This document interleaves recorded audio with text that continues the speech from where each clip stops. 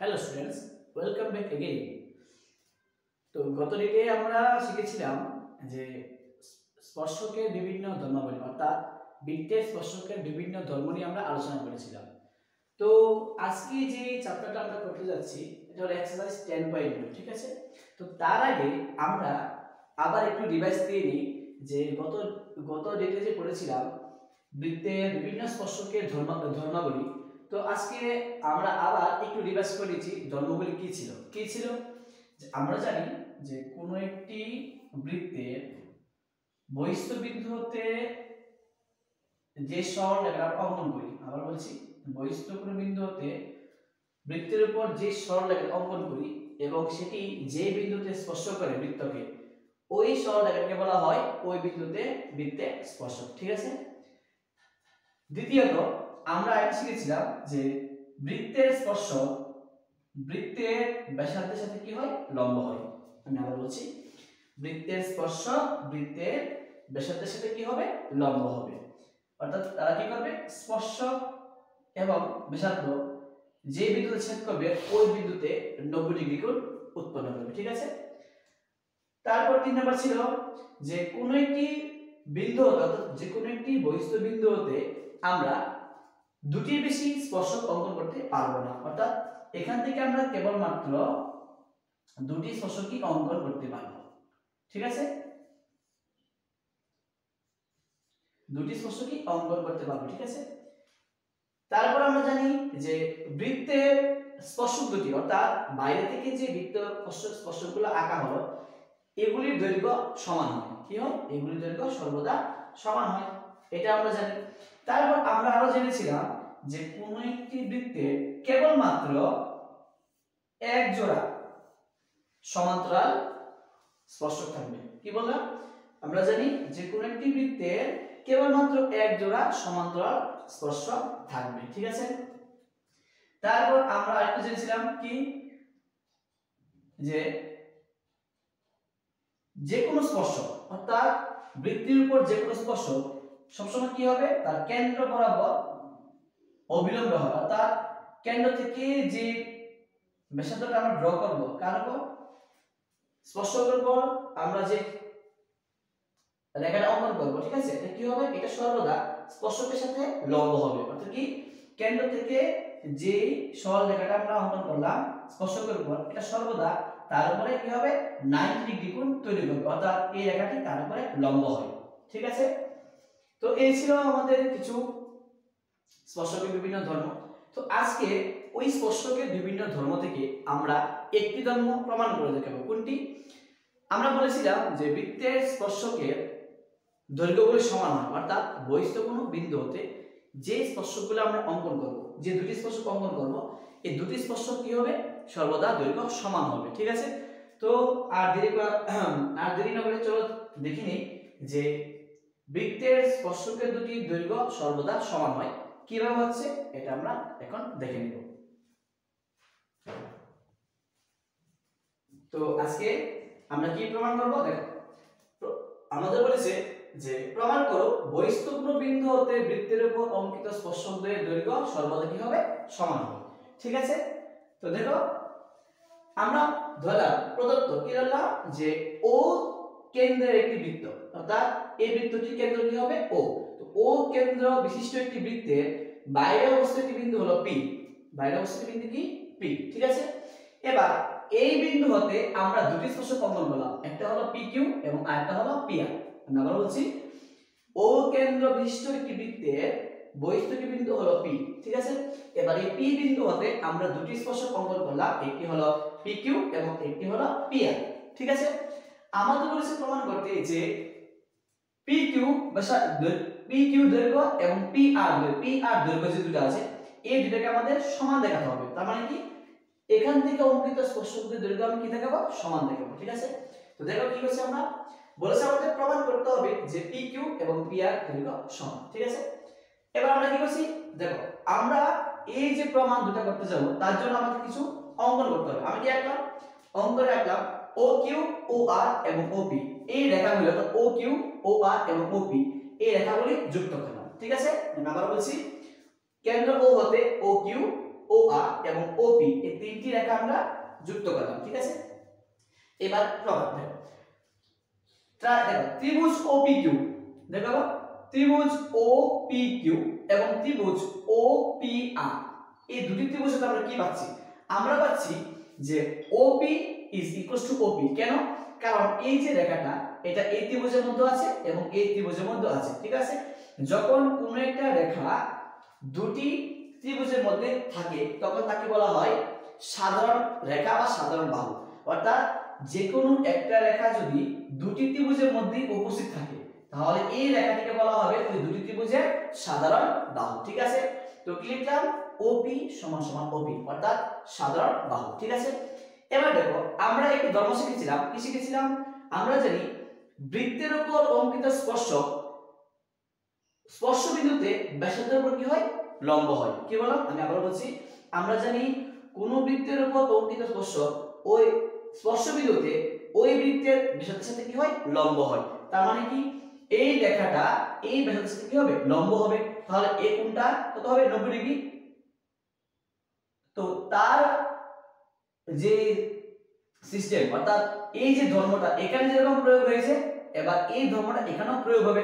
তাহলে PQ কার সাথে লম্ব হলো? OQ এর সাথে লম্ব হলো, সেম টু সেম। P আর এখানে কি হবে? O এর সাথে লম্ব হবে। তাহলে আমার A কোণ এবং A কোণ এই দুটোর মান কত হবে? 90 ডিগ্রি। তো আমি লিখলাম অ্যাঙ্গেল OQP এবং অ্যাঙ্গেল ORP দুটো সমান। কেন সমান হলো? যে এই অ্যাঙ্গেলটি এবং এই অ্যাঙ্গেলটি দুটোই কি 90 ডিগ্রি। 90 ডিগ্রি কেন? কারণ আমরা জানি বৃত্তের স্পর্শ বিন্দুতে ব্যাসার্ধের উপর কি হবে? লম্ব হবে। আর লম্ব কখন হয়? যখন দুটি রেখা পরস্পর সাথে 90 ডিগ্রি কোণ তৈরি করে, ঠিক আছে। নেক্সট দেখো আমরা লিখলাম OQ = OR। কি লিখলাম?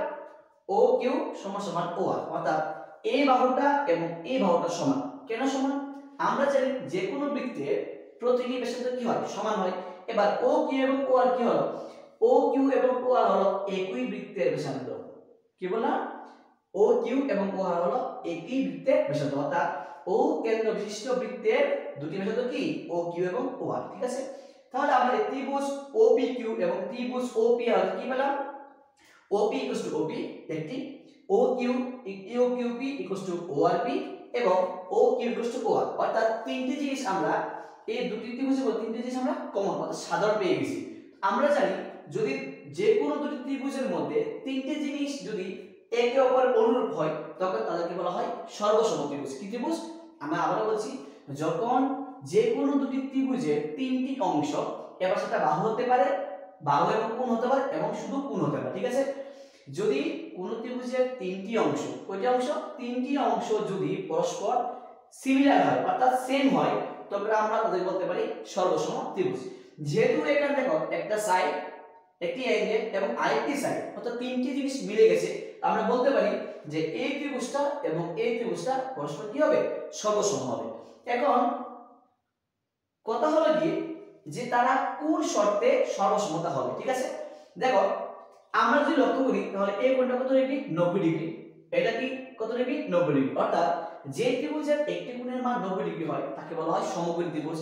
এবার সমকোণী ত্রিভুজে বৃহত্তম কোণের বিপরীতে যে বাহুটা থাকবে তাকে বলা হয় অতিভুজ। কি বলা হয়?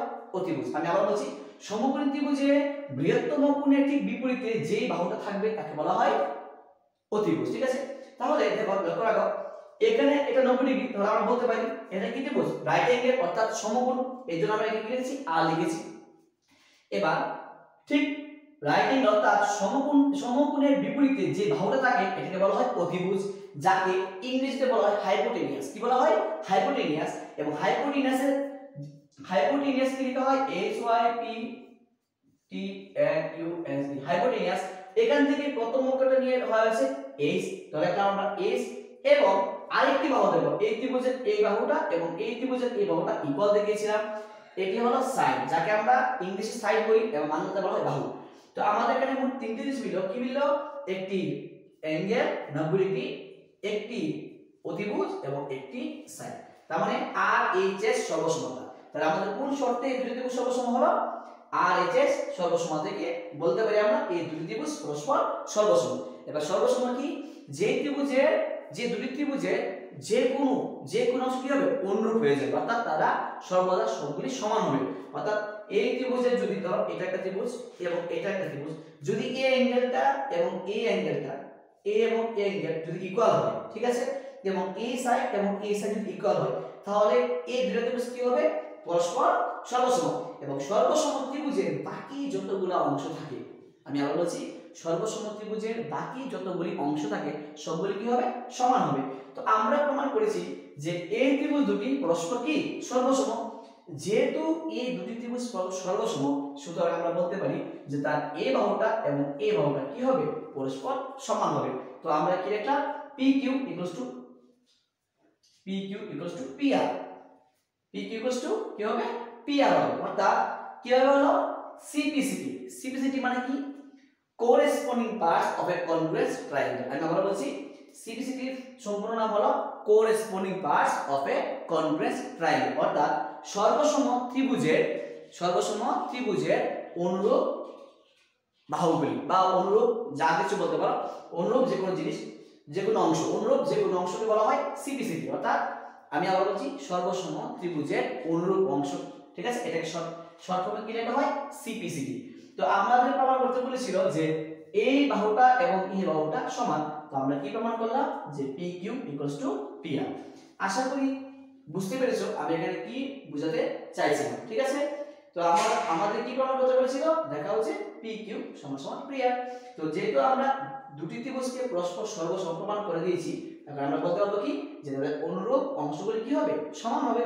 সুতরাং PQ = PR। যেহেতু PQ = PR সমান হয়ে গেল, আমরা বলতে পারি যে বস্তুগুলো বিন্দু হতে অঙ্কিত স্পর্শকদের দৈর্ঘ্য সর্বদা সমান হবে, ঠিক আছে। তো এটা হলো তার প্রমাণ।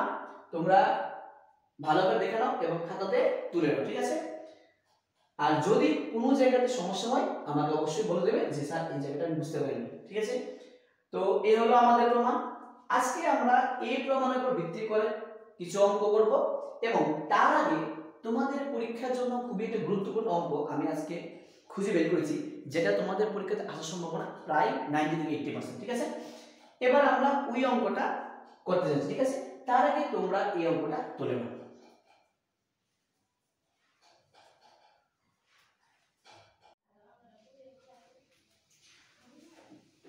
তো আমরা যে গুরুত্বপূর্ণ অঙ্কটির কথা বলেছিলাম, যেটি পরীক্ষাতে আসার সম্ভাবনা খুবই বেশি, এই অঙ্কটি হলো সেটি। কোনটি দেখো, বলেছে যদি ও কেন্দ্রীয় বৃত্তের P বিন্দু হতে PA এবং PB দুটি স্পর্শক পরস্পরের সঙ্গে 80 ডিগ্রি কোণে নত হয়, তবে অ্যাঙ্গেল PO কত হবে, ঠিক আছে।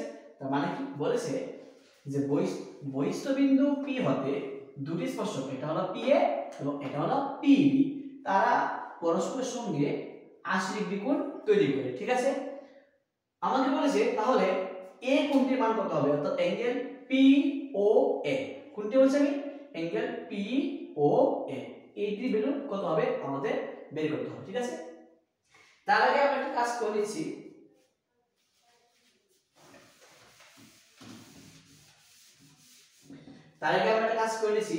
আমরা সবার আগে কি করব, আমাদের এই কোণটার মান কত আছে বের করে নেব, ঠিক আছে। আমাদের অ্যাঙ্গেল A ও B এই সবটার মান কত আছে এটা আমাদের বের করতে হবে, ঠিক আছে। এটা আমরা ইজিলি বের করতে পারবো। তার আগে আমি একটু কাজ করে নিচ্ছি। এবার দেখো কি করছি আমরা। তো আমরা প্রথমে চিত্রটা এঁকে নিলাম যে PA এবং PB হলো দুটি স্পর্শক যারা পরস্পরের সঙ্গে 80 ডিগ্রি কোণ তৈরি করে। এবার আমরা কি করলাম, OA এবং OB এবং OP যুক্ত করলাম, ঠিক আছে। এবার দেখো কি করবে। তো আমরা কি লিখলাম, যে লিখলাম ও কেন্দ্রীয় বৃত্তে PA এবং PB হলো দুটি স্পর্শক যা পরস্পরের সাথে 80 ডিগ্রি কোণ তৈরি করে। এই যে এখানে 80 ডিগ্রি কোণ তৈরি করেছে, অর্থাৎ এই সবটা কোণের মান 80 ডিগ্রি, ঠিক আছে। আবার আমরা কি জানতাম, আমরা শিখেছিলাম যে বৃত্তের স্পর্শক, কি বলছি, বৃত্তের স্পর্শক স্পর্শবিন্দুগামী ব্যাসার্ধের উপর কি হয় লম্ব হয়। অর্থাৎ এই যে স্পর্শকগুলো আছে এই দুটি স্পর্শক কি হবে, বৃত্তের যে ব্যাসার্ধ আছে এটা একটা ব্যাসার্ধ এবং এটা একটা, অর্থাৎ OA এবং OB দুটি ব্যাসার্ধ, এই দুটি ব্যাসার্ধের সাথে কি হবে লম্ব হবে। তার মানে কি PA লম্ব হবে O এর সাথে এবং OB লম্ব হবে PB এর সাথে, ঠিক আছে। তো যেহেতু এই রেখাটি এবং এই রেখাটি কি আছে লম্ব আকারে আছে, তো আমরা শিখেছিলাম যদি দুটি রেখা পরস্পর লম্ব হয় তাহলে তাদের কোণের মান কত হবে 90 ডিগ্রি। তাহলে আমরা লিখতে পারি না যে অ্যাঙ্গেল OAP এবং অ্যাঙ্গেল OBP দুটোর মান কত হবে 90 ডিগ্রি। দেখো আমি লিখলাম যেহেতু বৃত্তের স্পর্শক স্পর্শবিন্দুগামী ব্যাসার্ধের উপর লম্ব, সুতরাং অ্যাঙ্গেল OAP আবার দেখছো OAP এবং is equals to angle OBP, ঠিক আছে? কেন? কারণ উভয় কি 90, এটা 90 ডিগ্রি, এটা কি 90 ডিগ্রি। দেখো আমি কার লিখে দিয়েছি যেহেতু OA লম্ব AP এবং OB লম্ব BP, ক্লিয়ার? এবার দেখো আমরা AOBP এটা কি? এটা চতুর্ভুজ। কেন? যে বহুভুজে চারটি বাহু থাকে তাকে বলা হয় চতুর্ভুজ। আমরা যদি কল্পনা করি, দেখো এটা হলো 90 ডিগ্রি ছিল, ঠিক আছে? ধরো এটাও 90 ডিগ্রি ছিল, এবার ধরো এটা ছিল ও এর বিন্দুটা, ধরো এটা ছিল P, ধরো এটা A ও এ হলো B, ঠিক আছে? তো এই দেখো মিলে নাও AOBP কয়টা বাহু? চারটা বাহু। সুতরাং চারটি বাহু যে থাকে তাকে বলা হয় চতুর্ভুজ, অর্থাৎ যে বহুভুজের চারটি বাহু তাকে বলা হয় চতুর্ভুজ। আমরা একটি ধর্ম জানি চতুর্ভুজের, কি জানি? যে চতুর্ভুজের অন্তস্থ চারটি কোণের সমষ্টি কত ডিগ্রি? 360 ডিগ্রি। আমি আবার বলছি, চতুর্ভুজের চারটি বাহু চারটি কোণ, এই যে চারটি কোণ, একটি দুটি তিন চারটি, অন্তস্থ চারটি কোণের সমষ্টি কত হবে? 360 ডিগ্রি। এবার লক্ষ্য করে দেখো আমি এই কোণটার মান জানি, এই কোণটার মানও জানি, এইটাও আমার জানা আছে, তাহলে আমি এই কোণটা বের করতে পারবো না? ইজিলি বের করতে পারবো। তাহলে কি লিখলাম? অ্যাঙ্গেল AOB, অ্যাঙ্গেল AOB কি হবে? আমি যদি সবগুলা কোণের সমষ্টি কত ছিল? 360 ডিগ্রি। আমি আবার বলছি সবগুলি কোণের সমষ্টি কত হবে? 360। এবার আমি যদি এই 360 ডিগ্রি থেকে এই সবগুলা কোণের মান বিয়োগ করে দিই, অর্থাৎ মাইনাস করে দিই, তাহলে আমি কি পেয়ে যাব? অ্যাঙ্গেল AOB এর মান আমরা পেয়ে যাব, ঠিক আছে? তাহলে দেখো angle AOB is equals to 360, অর্থাৎ চারটি কোণের সমষ্টি মাইনাস এই কোণটা প্লাস এই কোণটা প্লাস এই কোণটা, ক্লিয়ার হলো? এবার দেখো আমরা অ্যাঙ্গেল OAB পেলাম কত? 90 ডিগ্রি, OBP কত? 90 ডিগ্রি, এবং এটা কত দেওয়া ছিল? 80 ডিগ্রি, ঠিক আছে? এবার এই তিনটা যোগ করলে আমরা পাচ্ছি কত? 260। এবার আমরা যদি 360 থেকে এই ফিগারটা মাইনাস করি, উত্তর কত হবে? 100 ডিগ্রি। তাহলে আমরা কি পাচ্ছি যে এই কোণটার ভ্যালু, এখান থেকে এই কোণটার ভ্যালু কত ডিগ্রি? 100 ডিগ্রি। আবার লক্ষ্য করে দেখো আমরা এই যে কোণটা, এই কোণটা, এই কোণ এবং এই কোণ, এই দুটি কোণ নিয়ে কি হয়েছে? তৈরি হয়েছে। তাহলে আমরা এটা ঘুরিয়ে নিতে পারি, কি নিতে পারি? যে এ কোণ এবং এ কোণ আমরা যোগ করলে কত পাবো? 100 ডিগ্রি পেয়ে যাব। এই যে আমি লিখলাম angle POA plus angle POB is equals to 100 degree. কেন? আমি আবার বলছি, কারণ AOB যে কোণটা আছে, এই যে কোণটা AOB, এটি এ কোণ এবং এ কোণ এই দুটি কোণে কি হবে? সমষ্টি হবে। আমি আবার বলছি অ্যাঙ্গেল AOB কার সমান হবে? এখান থেকে এই কোণটা এবং এখান থেকে এই কোণটা, এই দুটি কোণের সমষ্টি হবে, ঠিক আছে? তো আমি লিখলাম angle POA plus angle POB is equals to 100 degree, ঠিক আছে? তোমরা এতটুকু পর্যন্ত তুলে নাও, আমি বাকিটা একটু পরে করছি। তোমরা তোমাদের তোলা হয়ে গেলে আমাকে কমেন্টে বলে দেবে যে স্যার তোলা হয়ে গেছে, ঠিক আছে?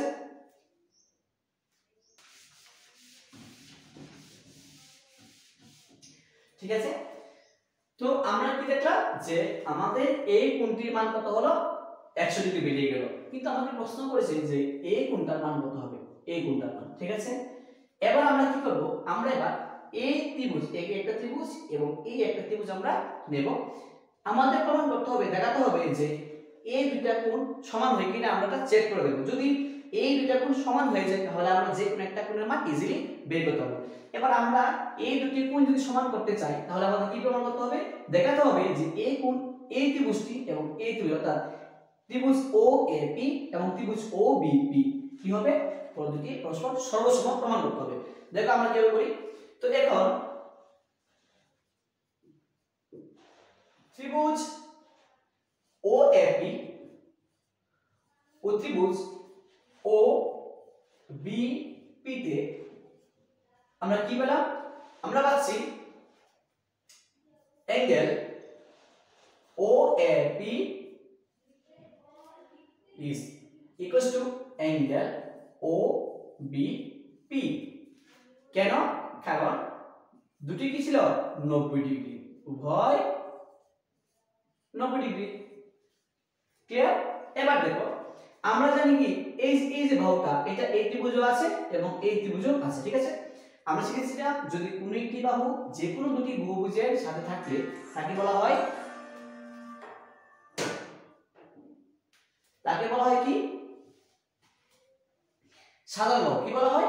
যদি একটি রেখা দুটি ত্রিভুজের মধ্যে উপস্থিত থাকে তখন তাকে বলা হয় সাধারণ বাহু বলা হয়। ঠিক আছে, তো আমরা কি লিখতে পারি? এখানে লিখতে পারি না OP is equals to OP। কেন OP হলো? কারণ দেখো, তুমি লক্ষ্য করে দেখো, OAP ত্রিভুজের মধ্যে OP আছে, আবার OBP এই ত্রিভুজের মধ্যে কি আছে? OP রেখাটা বর্তমান আছে। ঠিক আছে, তো আমরা এখানে লিখতে পারি কি OP equals to OP, অর্থাৎ সাধারণ বাহু। কি বাহু? সাধারণ বাহু।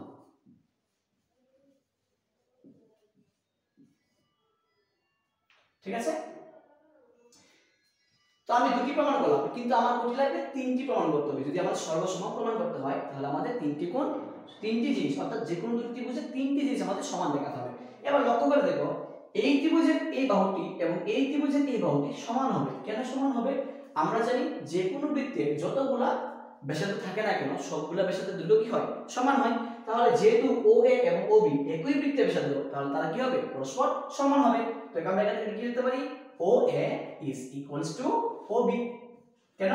কারণ তারা একই বৃত্তের ব্যাসার্ধ। কেন? তারা একই বৃত্তের ব্যাসার্ধ। ঠিক আছে, তো আমাদের তিনটে জিনিস আমরা পেয়ে গেলাম। এবার লক্ষ্য করে দেখো, আমাদের প্রথম কোণটি ছিল 90 ডিগ্রি। কত ডিগ্রি ছিল? 90 ডিগ্রি। তো আমরা জানি যদি কোন ত্রিভুজের একটি কোণের মান 90 ডিগ্রি হয় তাহলে তাকে বলা হয় সমকোণী ত্রিভুজ। এবার সমকোণী ত্রিভুজের যে কোণটা 90 ডিগ্রি তাকে কি বলা হয়? সমকোণ, যাকে ইংরেজিতে বলা হয় রাইট অ্যাঙ্গেল। কি বলা হয়? Right angle. মনে থাকবে আশা করি। কি বলা হয়? Right angle. তো রাইট অ্যাঙ্গেলের যে প্রথম যে লেটারটা কি? আর। তো আমরা এটা কোন প্রমাণ দিয়ে করব? আমরা RHS প্রমাণ দিয়ে। দেখো কি হচ্ছে, এই কোণটা 90 ডিগ্রি, তো রাইট অ্যাঙ্গেল, তো রাইট অ্যাঙ্গেলের মধ্যে কি লিখছি? আমরা R লিখলাম। এবার দেখো, আমি আবার বলেছিলাম যে সমকোণী ত্রিভুজের রাইট অ্যাঙ্গেল অর্থাৎ সমকোণের বিপরীতে যে বাহুটা থাকবে তাকে বলা হয় অতিভুজ। কি বলা হয়? অতিভুজ, যাকে ইংরেজিতে বলা হয় হাইপোটেনিয়াস। কি বলা হয়? হাইপোটেনিয়াস। হাইপোটেনিয়াসের প্রথম যে লেটারটি এটি হলো H, সেজন্য এটাকে আমরা প্রকাশ করব H দিয়ে। কি দিয়ে প্রকাশ করব? H দিয়ে। এবং যেহেতু এটা এবং এটা দুটি ত্রিভুজের কি? দুটি বাহুকে ইংলিশে বলা হয় সাইড। কি বলা হয়? সাইড। সাইডের প্রথম লেটারটি হলো S, সেজন্য আমরা এটাকে লিখব S দিয়ে। তাহলে আমাদের তিনটি মিলে গেল। সুতরাং আমরা কি বলতে পারি? আমরা বলতে পারি না যে ট্রায়াঙ্গেল OAP কনগ্রুয়েন্স অর্থাৎ সর্বসম ট্রায়াঙ্গেল OBP। কোন শর্তে হলো? শর্ত আমরা লিখে দিয়েছি RHS শর্তে। কোন শর্তে? RHS সর্বসমতা। এই শর্তে আমরা প্রমাণ করলাম যে দুটি ত্রিভুজ পরস্পর সর্বসম। ক্লিয়ার? এবার যেহেতু দুটি ত্রিভুজ পরস্পর সর্বসম, আমি প্রথম দিনই বলেছিলাম যদি দুটি ত্রিভুজ পরস্পর সর্বসম হয় তাহলে তাদের অনুরূপ অংশগুলি কি হবে? সমান হবে। তাহলে আমরা বলতে পারি না যে এই ত্রিভুজের এই কোণ এবং এই ত্রিভুজের এই কোণ, কোন কোণগুলা? আমরা বলতে পারি, কি বলতে পারি? যে এই ত্রিভুজের এই কোণটি এবং এই ত্রিভুজের এই কোণটি কি হবে? সমান হবে। কেন সমান হবে? কারণ এগুলা হলো সর্বসম ত্রিভুজের অনুরূপ অংশ, যেগুলোকে আমরা সিরিজে লিখি। তাহলে কি লিখতে পারি? This implies angle POA is equals to angle POB। কিভাবে হলো? CPCT দ্বারা। CPCT কি? corresponding parts of a congruous triangle, অর্থাৎ সর্বসম ত্রিভুজদ্বয়ের অনুরূপ অংশ। ঠিক আছে, তো আমরা অ্যাঙ্গেল POA এবং POB দুটি কি দেখিয়ে দিলাম? সমান দেখিয়ে দিলাম। এবার লক্ষ্য করে দেখো, আমরা এক নম্বর সমীকরণ পেয়েছিলাম যে অ্যাঙ্গেল POA এবং POB দুটি মিলে কত হবে? 100 ডিগ্রি। এবার যেহেতু এখানে দুটি ত্রিভুজ সমান দেখিয়ে দিয়েছি, তাহলে আমরা এখান থেকে অবশ্যই কি একটি অ্যাঙ্গেলের মান আমরা বের করতে পারবো। এই অ্যাঙ্গেল এবং এই অ্যাঙ্গেল কি সমান দেখিয়ে দিলাম। সুতরাং আমরা এই অ্যাঙ্গেল থেকে আমরা কি বের করতে পারবো? যে কোনো একটি কোণের মান আমরা বের করে নিতে পারবো। তাহলে দেখো বাকিটা আমি দেখাচ্ছি হবে। এবার আমরা কি লিখব? এক নং সমীকরণ থেকে।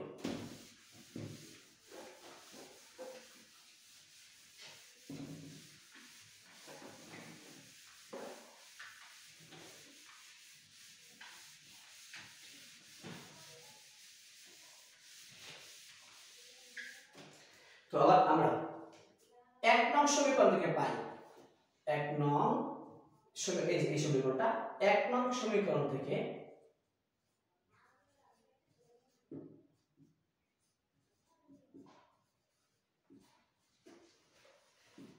1 নং সমীকরণ কি পাচ্ছি আমরা angle POA plus angle POB মিলে কত ছিল আমাদের 100 ডিগ্রি ছিল। এবার লক্ষ্য করে দেখো কি প্রমাণ করেছি যে POA এবং POB দুটি কি সমান। তার মানে কি আমি এটার পরিবর্তে এটা লিখতে পারবো না? অবশ্যই লিখতে পারবো। কেন? কারণ এই কোণটি এবং এই কোণটি একই তো কথা, কারণ এটি কি সমান লিখে দিলাম। তাহলে angle POA plus angle POA কত হবে 100 ডিগ্রি হবে। এইখানে কি POA এটিও POA, তাহলে কোণটি হলো দুটি। আমি কি লিখতে পারি 2 into angle POA is equals to 100 degree. এবার আমরা যদি এই 2 দিয়ে 100 কে ভাগ করে দিই উত্তর কত আসবে আমাদের 50 ডিগ্রি। তাহলে angle POA is equals to 50 degree. তাহলে আমার বেরিয়ে গেল আমাদের POA এর মান কত বের হলো 50 ডিগ্রি। তাহলে আমরা দেখে নিয়েছি আমাদের কোন অপশন ঠিক হলো। দেখো প্রথম অপশনে আছে কি 50 ডিগ্রি, তার মানে আমাদের প্রথম অপশন কি হবে আমাদের সঠিক উত্তর। আশা করি তোমরা অঙ্কটি খুব সহজেই বুঝতে পেরেছো। যদি তারপরে কোনো সমস্যা হয় তাহলে অবশ্যই আমাকে জানিয়ে দেবে, আমি চেষ্টা করব আরেকটু ভালো করে বুঝিয়ে দিতে। ঠিক আছে, আজ এই পর্যন্তই, ধন্যবাদ।